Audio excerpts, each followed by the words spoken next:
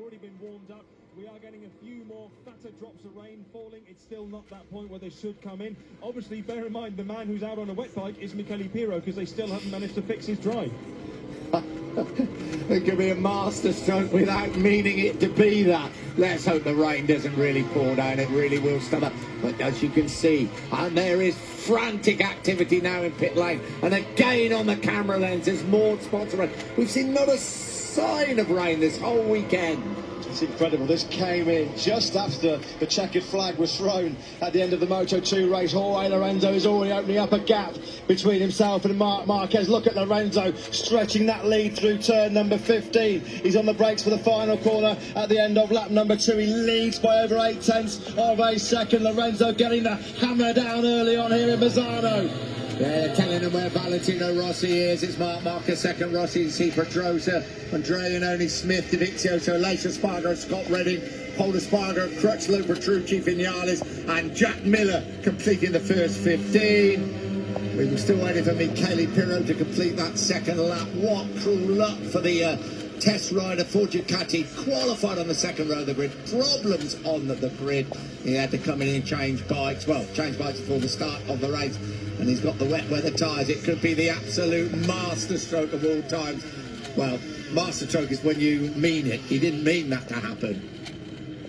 The gap between Lorenzo and Marquez through the first split, just over half a second. Those rain spots still visible on the camera lenses trackside. It's getting lighter. It's getting lighter. There is some positive news. Thank you, Dylan. We're going to be using you an awful lot this afternoon. Marquez is not letting Lorenzo get away at the front. Lorenzo doesn't want them there, obviously, but if Rossi and Marquez can get there, Marquez, they want to give him a rough old time. That's the only way they're going to stop him winning this race, apart from the threat of the rain. Through that third section now to complete lap 3. Marquez has closed the gap now down to under 3/10 of a second. Valentino Rossi also coming back into contention. He's within half a second now of Lorenzo. We're on board with Marquez through this left hand of the final corner. Pick the bike up onto the fat part of the tyre, get on the gas on that short run to the finish line. Lorenzo still leads.